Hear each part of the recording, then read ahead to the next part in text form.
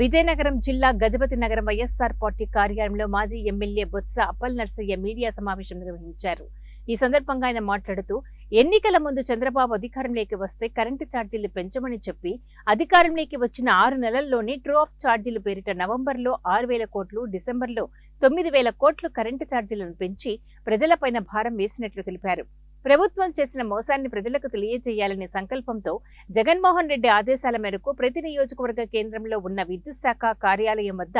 శుక్రవారం నిరసన కార్యక్రమం చేపడతామని అన్నారు. అని ఆ రోజు ప్రజలకు వాగ్దానం చేసి ప్రజలకి మోసపోపు మాటలు చెప్పి అధికారులకు వచ్చిన ఈ ప్రభుత్వం అధికారంలోకి వచ్చిన 6 నెలల్లోనే ట్రూ ఆఫ్ ఛార్జీల పేరిట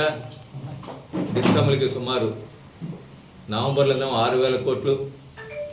డిసెంబర్లో 9,000 కోట్ల రూపాయలు, సుమారు 15,450 కోట్ల రూపాయలు ప్రజల మీద భారం మోపే పరిస్థితి ఈరోజు కనిపిస్తుంది. ఈరోజు అందుకే మా నాయకుడు జగన్మోహన్ రెడ్డి గారు ఈరోజు వాళ్ళు చేసిన మోసానికి ప్రజలకు తెలియజేయాలని, ప్రజల తరపున పోరాటం చేయాలనే ఆలోచనతోనే రేపు 27వ తారీఖున ప్రతి నియోజకవర్గ హెడ్ క్వార్టర్లో ఉన్న